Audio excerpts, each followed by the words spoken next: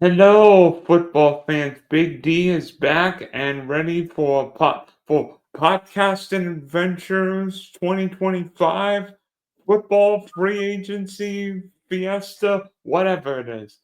Go ahead and bring it out. Please try and like and share the East Monkeys Sports YouTube page. See all my content. Also check out the Big D podcast, Spotify, and Apple. So joining us, the only guy who claims he could make a 6-inch eagle putt and sign the Miami Dolphins long snapper for the next 25 years. Thank you, Dylan. Thank you very much. Yeah, I got my Miami Dolphins golf polo on today, but yeah, it's happy to be here. It's been a pretty hectic start to the NFL free agency season already, and it hasn't even started yet. We're creeping up on 4 o'clock today, but it's already obviously with that tampering period, seeing a lot of really big moves get inked down, and can't wait to talk about it. Happy to be here. Yeah, has free agency become irrelevant in some ways because teams are signing top free agents or franchising top free agents? I mean, the free agency pool is not what it used to be. I mean, Justin Jefferson not getting the free agency. CeeDee Lamb's not getting the free agency. Miles Garrett's not getting the free agency. Heck, the Bills just inked Josh Allen what a $330 million deal. Yeah, I definitely think it's kind of lost its luster in a sense. I mean, I remember, back when I was a kid in school, you know, counting down days till the 4 o'clock on the start of free agency. There wasn't a huge social media presence back then. So, it was really just either going onto your computer and logging into the NFL.com website and following a tracker or turning on ESPN and watching Sports Center as they're breaking it right as 4 o'clock comes. But you never really knew back then, what these moves were going to be. There was no tampering period where, these deals were being broken, 2 days before free agency even starts. I remember sitting on the couch and watching TV and seeing, Mike Wallace's name with the Dolphins logo behind it, and jumping up and down, thinking that he was gonna take us to the promised land. And it's a different day. Obviously, I think social media plays a huge part of that. I mean, the second Schefter tweets something, people can already be reposting it, and news travels fast, and deals are getting done even faster. I think in a way, free agency is not what teams build out most of the roster. Free agency is where little holes are found. The draft is where teams find themselves because guess what? Instead of paying $30 million for a wide receiver on the open market, I'll go draft Jamal Chase or Brian Thomas Jr. or Justin Jefferson. I don't have to pay those guys for 4 or 5 years. Exactly. Yeah, I mean, or if you're someone like the San Francisco 49ers, why make a big splash on a quarterback in free agency, a guy who might be, climbing up the ladder closer to the hill of 30, when you can get a guy named Brock Purdy as Mr. Irrelevant, the very last pick of the draft. So you make a good point. I mean, I definitely think, free agency for the most part is, as you said, plugging those holes and, kind of getting some of those extra pieces that you really think can help your team compete in the long run. Well, either short term or long run. Obviously, there's going to be the blockbuster deals. There's going to be the big names, who run out of contract, and they're going to get paid. They're going to get their money. But there's a lot of smaller deals that really kind of those inner pieces that may not necessarily get all the headlines, but some of those depth positions that are crucial to having a good season, and making a long run. Yeah, yeah, and also in a way, sometimes you probably pay more for free agents than teams pay more for free agents than ordinarily, really, because these guys are on the open market. Yeah, you get into a bidding war. Other teams are going to be interested. It kind of comes to best fit and who's got the deeper pockets at the end of the day. So it's if people are bidding each other up, that's something that is only going to be a testament to free agency. I know you have a question for me, so go at it. Yeah, I guess. we can start with let's we're gonna talk over some winners and losers. Let's go with the positive first. So let's start me off with a move that really kind of caught your eye when you saw it, and you think it'll be one of the biggest wins of free agency. I can't believe I'm saying this, but the Chicago Bears revamping their O-line might be the biggest winner of the offseason because Very fun. Chicago's O-line has been a mess for 40 years. Going back going back to the days before either one of us was born. Caleb Williams was sacked probably a few too many times. And frankly, the Bears' offensive line has not been good forever. And Ben Johnson coming from the Lions, what was Detroit's biggest strength on offense the past 2, 3 years? They had a lot of strengths on offense, but seemed like protection and the ability to make plays happen, extend plays and make them happen, and that's a big part to the big guys up front. And what have the Bears done this offseason? They've traded for Joe Tooney, Jonah Jackson, and then signed a center from the Falcons. Yeah, Drew Dalman. Yeah. And guess what the Bears are going to knock on wood, going to try and do? Recreate the Lions' offensive line. Yeah, I mean, the games are won and lost in the trenches. I mean, I trust me, as a Miami Dolphins fan, it's been the same situation. I can feel for Bears fans because we've been kind of in a similar boat where we've been begging for some offensive line help for quite a long time. And I will say, I was getting a little jealous when I saw some of these moves that the Bears were making. That Joe Tooney trade, as you mentioned, Jonah Jackson. I mean, guard position is such a crucial role. I mean, everyone thinks when you think the offensive line, you think about the left tackle and protecting the quarterback's blind spot, but having those interior offensive linemen to create running lanes, to hold your blocks and make sure that your quarterback has time to let the play develop. I mean, obviously the tackle is important, protecting the blind side, but those big guys up in the middle, making sure that you've got a clean pocket, and you're able to, or open up running lanes. That's how an offense can get moving is with good offensive line play. And I think the Bears have done it right so far in free agency. They've done the first couple steps into hopefully in their case turning this franchise around and starting to win some football games. Yeah, yeah. I mean, Caleb Williams isn't facing second and 27 all the time. Maybe the Bears are facing first and 10, second and 3, third and 1. Guess what happens when you get first downs? You're on the field. Your defense will be frustrated. Yeah. You get behind the sticks on first and second down, and it's just you're asking for a miracle to keep drives alive. I mean, you get those 4, 5, 6 yard chunk plays, in those early downs, that can not only set up a drive for you, but win you a football game because as you said, if you're on the field, the other team's not, you can control the game and control the ball, and it's not, those trenches, like I said, it's how you win and lose football games. We saw it in the Super Bowl last season. I mean, or this most recent Super Bowl. Patrick Mahomes had no time to do anything, and that was all she wrote. Meanwhile, on the other side of the ball, Philadelphia's offensive line is letting Jalen Hurts and Saquon Barkley do what they want. So, it's I think this most recent Super Bowl is a testament enough. I'm sure it looks like the Bears were watching, and we're taking some notes. So, who's your big winner in free agency so far before the league year begins? Yeah, I think the Bears definitely made some fantastic moves that were definitely near the top of my list too. I think another team who really could benefit well from having a strong offseason because they had such a good year last year. I think this offseason was huge to try and push them over the top and Don't tell me. Don't tell me. I know you're gonna say. I you know know what? you're gonna say the Washington Commanders. The Washington Commanders. I mean, they've really made some moves that you can tell that they're a serious team who are looking to make some noise in that NFC.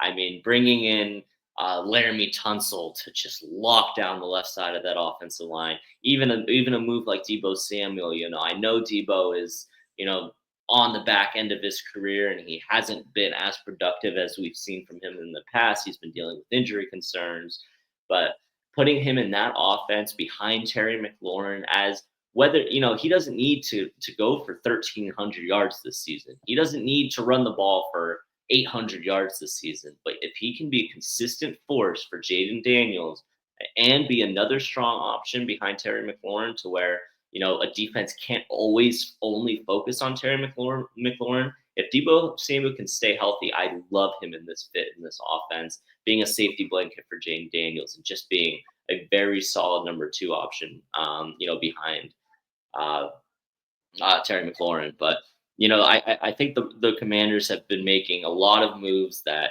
have really shown me that they are serious about competing. And you make the NFC Championship game with a rookie quarterback, the sky's the limit, right?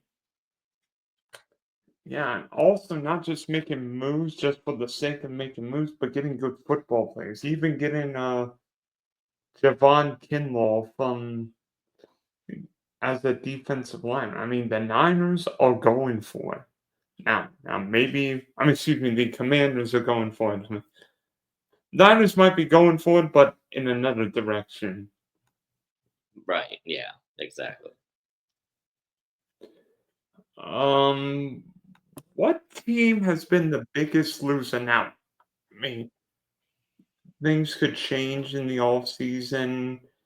There could be trades. I mean, who knows? The 49ers could make Brock Purdy the most expensive quarterback in football. The Miami Dolphins could move up the draft and take one of these linemen or take Travis Hunter. Yeah. As far as losers go, there's a couple to pick from. I mean, I know we kind of talked over them briefly. I don't know what the San Francisco 49ers are planning to do with the future of their franchise. I think we've talked about them enough already. I'm really curious to see what's going to happen with the Seattle Seahawks next season. I mean, obviously, I think the Tyler Lockett exit isn't very surprising. He's, been a legend for the franchise, and he's obviously done his job there. But to lose Tyler Lockett and DK Metcalf in the same window, yes, you're bringing in Sam Darnold, who we expect to have at least somewhat of a similar season as last year. We expect him to stay on the same performance as he had last year, but you put him in a receiver room with obviously JSN is there, but behind him, I mean JSN was a great wide receiver three in that and really was the wide receiver two by the end, pretty much throughout the year last year. But I just don't know if they have enough pieces to be competitive. And I almost feel bad for Sam Darnold in the sense that he was going from throwing to Justin Jefferson and Jordan Addison to going over to Seattle. Obviously, JSN is a stud, but I'm sure Sam Darnold would have been a lot happier if he had DK Metcalf in that receiver room to catch the passes from. I think Sam Darnold's going to be just fine. I mean, Seattle's got the whole off season now, extra picks. Plus, John Steiner drafted really well.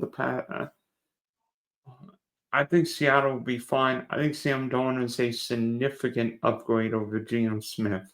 Yeah. Um, the biggest loser to me,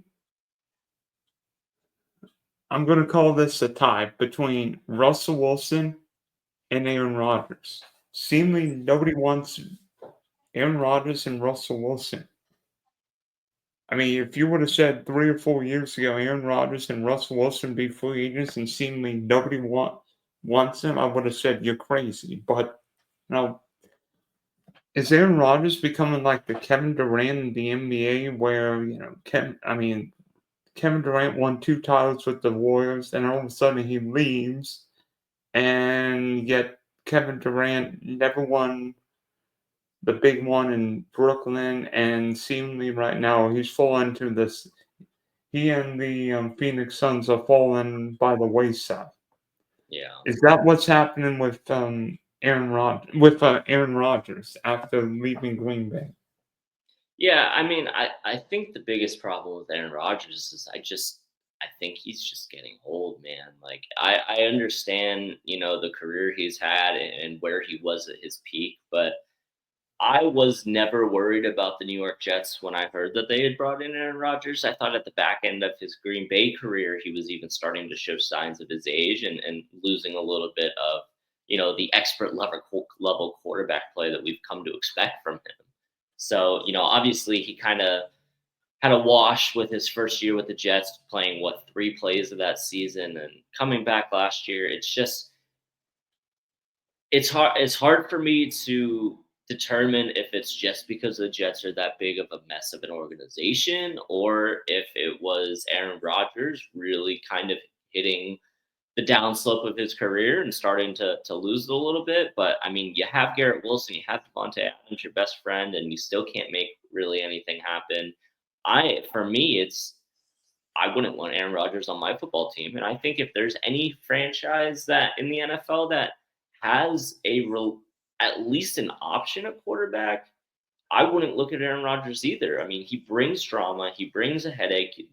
The Jets didn't want him back because they couldn't agree on his off the field decisions and interviews and things like that. It just seems like there's not a lot of perfect fits for Aaron Rodgers where you can deal with a quarterback who can only give you a couple years and you have a tight enough locker room to be able to deal with the extra attention that he's going to bring.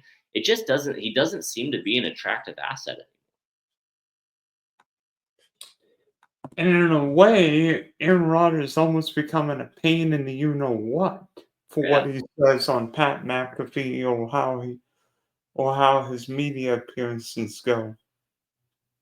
Yeah, I think the big thing with him is I think he loves the spotlight and he wants to be in it. He wants to be talked about. He wants to be one of the guys that, is in the topic of conversation. And I think unfortunately he's trying a little too hard and his play isn't necessarily standing up to, you know, the level of quarterback he expects to be and wants himself to be. And I think when you put all of that together, he kind of comes off as a bit arrogant and a bit of a you know what?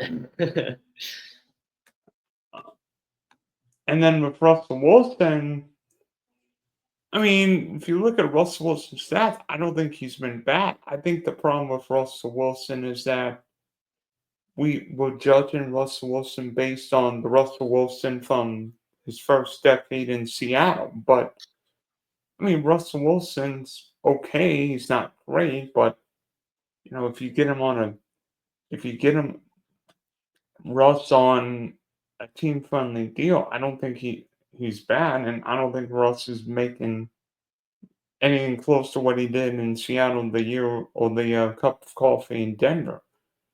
But there were seemingly more teams and not enough starting quarterbacks. Yeah.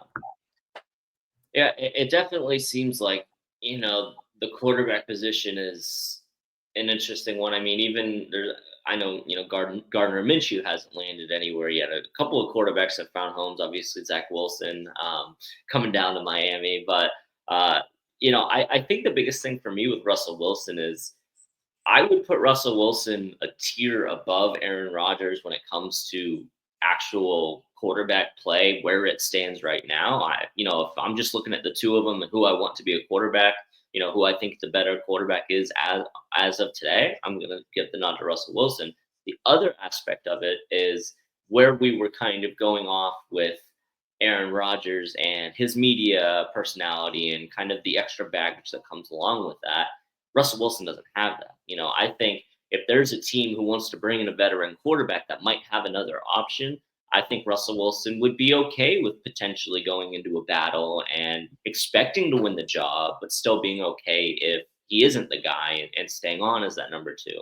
Aaron Rodgers doesn't want to be a backup. He's not interested in a quarterback competition. He's not interested in helping develop a young quarterback. He wants to be the starter and he wants to be the guy and he doesn't want to settle for anything else.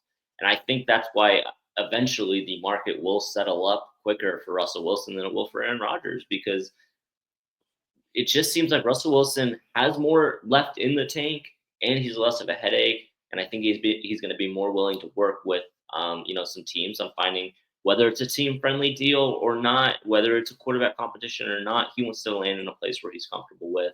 Aaron Rodgers just wants to be the starting quarterback. Yeah, and everybody's thinking, what about Minnesota? Is this going to be Brett Favre 2.0? I don't think Aaron Rodgers wants to babysit JJ McCarthy. No, I don't think he has any interest in that. I mean, maybe last year when JJ McCarthy went down in preseason, maybe then if we were just transplanting that storyline today, I could see him going into Minnesota with a wide open hole at the quarterback spot and Justin Jefferson and everything like that. But come with JJ, expecting to be back by the start of the season, it just doesn't make any sense. Yeah, and also,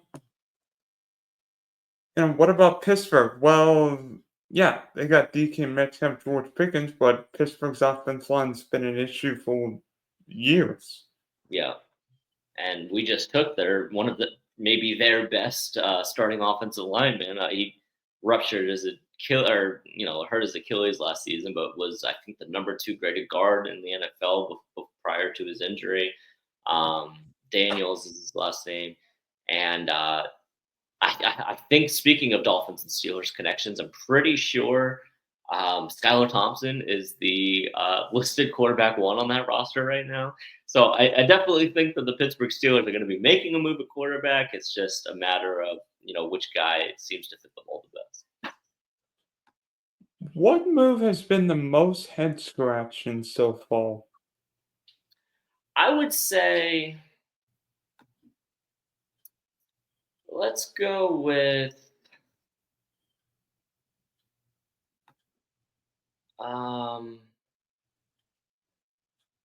I don't like the deal that Najee Harris took with the Chargers. I think I actually do. I actually love that deal.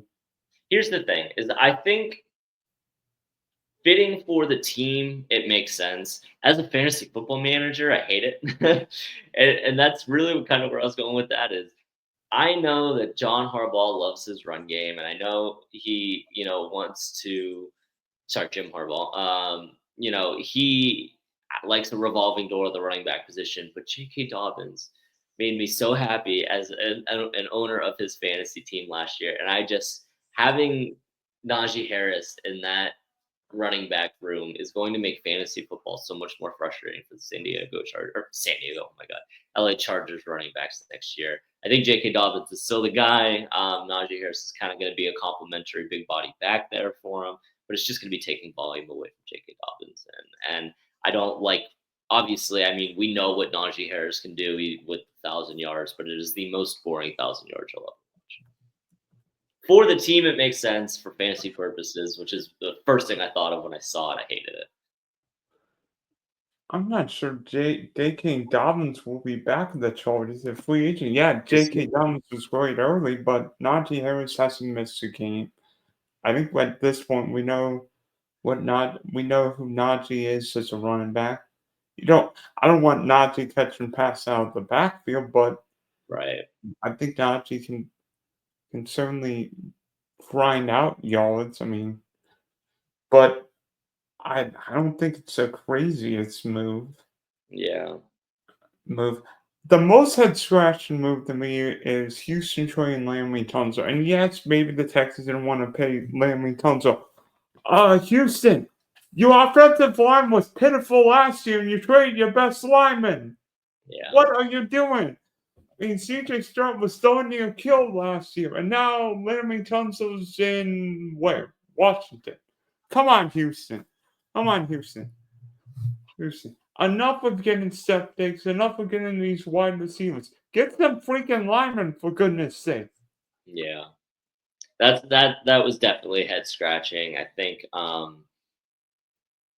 Laramie Tunsil is infamous for the trade that brought him to Houston in the first place. Obviously, he's older. The return is going to be nowhere near what they paid to bring him in, and it just doesn't make sense. Like you said, I mean, you've got a young quarterback who is already struggling with having to run for his life at times, and now you get rid of the guy, and obviously left tackles demand a big payday, and they've got some money on their books already, but it's as we've been talking about throughout this entire episode, I think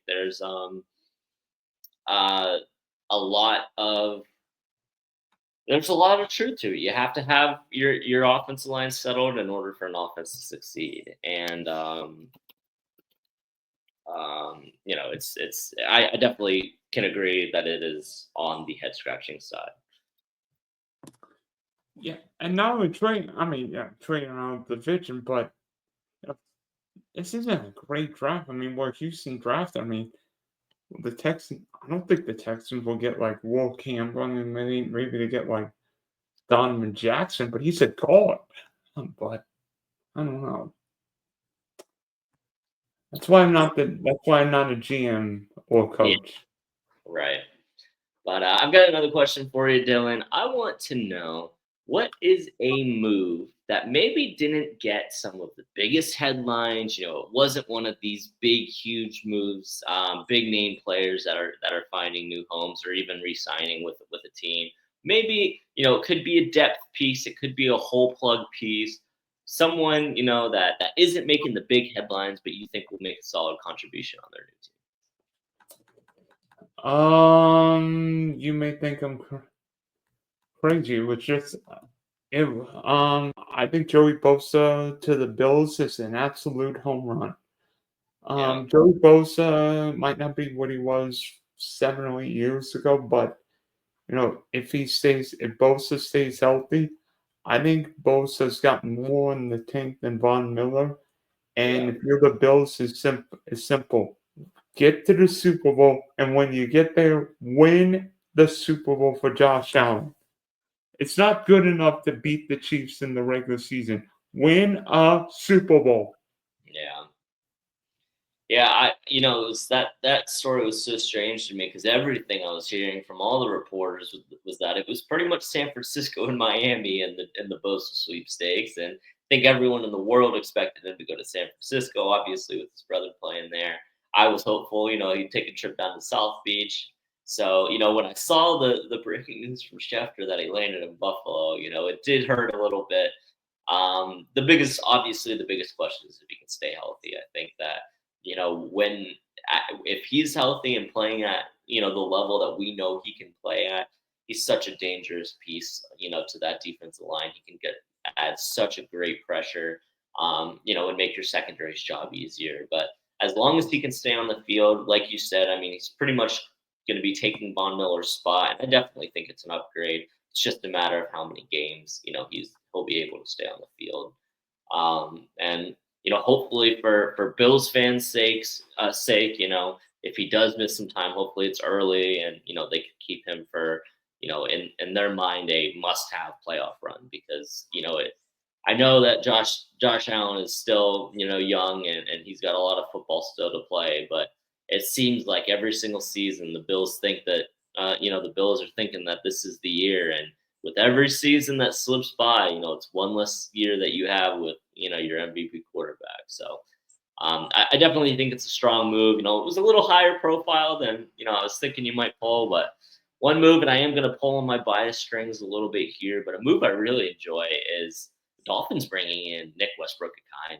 I think underrated talent. Obviously, I think a lot of people know, especially if you play fantasy, he had that stretch of 8 touchdowns in 8 weeks. And, you know, but I think that kind of move is the move that the Dolphins really needed because we needed another receiver option. Obviously, the Odell Beckham experiment did not go as planned. Braxton Berrios is now a Houston Texan and was really more uh, integrated into the return game anyway. Malik Washington is definitely a nice piece, but still kind of fits in that Tyreek Hill, Jalen Waddle mold where you've got the speed and some of that punt return ability as well. But bringing in a guy like Nick Westbrook-Akine, I mean, Johnny Smith was really our only big body target. He was really our only main red zone threat last season. And there's so many times where the Miami Dolphins came into a situation last year where it was a must-have play. You're either down at the 6 and it's 3rd and 6 or 3rd and 4, or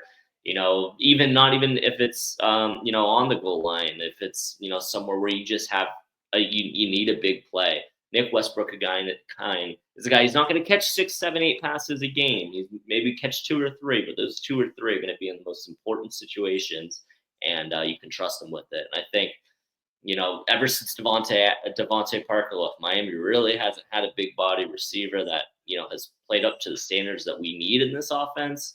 I'm not going to give I can't even think of his name anymore, but former Steelers receiver.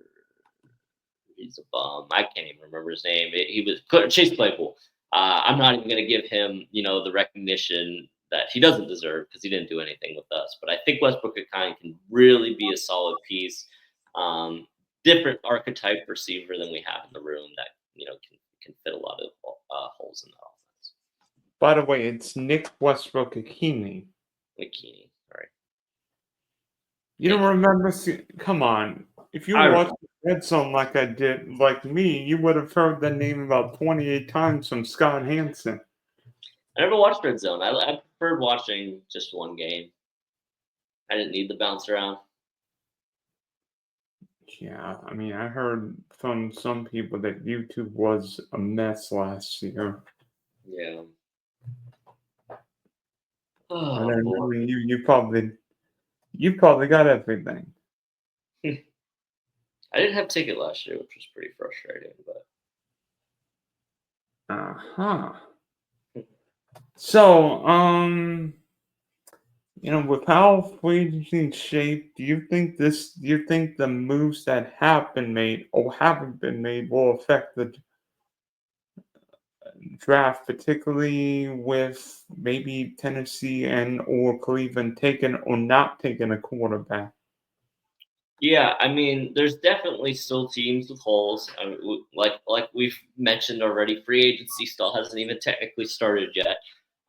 So there's definitely going to be a lot of work that a lot of teams are still going to, you know, have to focus on. Whether it's to the draft or some of the back end stages of free agency. Um, I think I'm a little curious at what Denver's going to do in the running back room. I think, they kind of had a mess at the position last year. Now Javonte Williams has moved to Dallas. I don't expect them to just roll with Julian McLaughlin and Austin Estime. In that running back room, I think they could add a piece there, whether it's through the draft or even a later free agency move. Um, and I think the Seahawks got to bring in a receiver, as I kind of talked about before. I mean, yeah, you have a point. By the way, the Seattle Seahawks look like they have agreed to a deal with MVS. Oh, really? Well, there you go. So I guess they might. Who knows? They might still address it in the draft, but I mean, I'm intrigued what the Titans do at one because Tennessee hasn't added anybody, and maybe the Titans are bluffing, saying, "Well, not interested in a quarterback." The more, unless Tennessee gets one of these Aaron Rodgers or Russell Wilsons, the more and more I think Tennessee will draft Cam Ward from Miami. yeah. I mean, that's pretty much what I've been seeing too. It's all rumors and speculation at this point. I mean, obviously, I don't think the GM is going to be, giving his draft plans out to Adam Schefter anytime soon. But it seems to me, I think it's the smartest route to go. There's not really a quarterback that I think is good enough still available to the Tennessee Titans aren't winning a football game. Aren't winning, football games next season without. Hello, Chef. Hello, Shefty. Hello, Shefty. We're gonna take Trevor Lawrence five months early. Yeah, right. I mean, it's one thing if there's generational talent at the top of the board that's a lock at one like Trevor Lawrence was, like Joe Burrow was in 2020. But as much as I enjoyed watching Cam Ward play for the Hurricanes, I don't think he's necessarily a number one overall lock like some of those guys were. So, it's going to be an interesting. I don't think that I think it's pretty well known, but the Tennessee Titans do not have enough pieces where they're a quarterback away. I think they're a quarterback and some extra help away, and probably a couple years of development. So It's going to be interesting to see what they do. I think Cam Ward is probably going to be the pick there, but it's there's still plenty of time. And I guess really what I'm curious about now is obviously, it feels like free agency is almost over, even though it hasn't even started yet. But we do have some time, from the technical start of free agency through the draft. And I'm curious, Dylan, what team intrigues you when it comes to either making moves or making any later additions, between now and the draft. Definitely the New England Patriots. I mean, most of the Patriot moves have been on defense, which shows me New England will be or should be aggressive on offense in this upcoming draft. And I mean, with the number 4 pick, I wouldn't be surprised if the Patriots take one of the tackles, whether it be Wilcam from LSU, Banks from Texas, or T. McMillan, the wide receiver from Arizona. Yeah. Yeah, I definitely think, especially with Drake May, you got to help them out because that's the one great spot that they're in is you got your quarterback, and it almost seems like it's not easy to build out from there, but finding that quarterback, especially a young franchise guy, is one of the hardest things to do in the NFL. And being able to pretty confidently, say that you've got that box checked, it really allows you to spend money and spend time and energy and draft picks, to help him out. And that's exactly what the New England Patriots need to do. And quickly, what's your team that intrigues you? I mean, I'm definitely curious to see. Let's see. I would go with.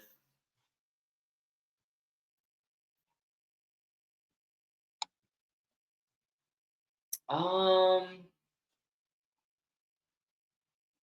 I'm intrigued to see what the Packers do. I don't like a lot of the moves that they really haven't been very active in free agency, and it's interesting to me because I think there's a lot of pieces that Green Bay need to add because it's so competitive in the NFC, and I mean,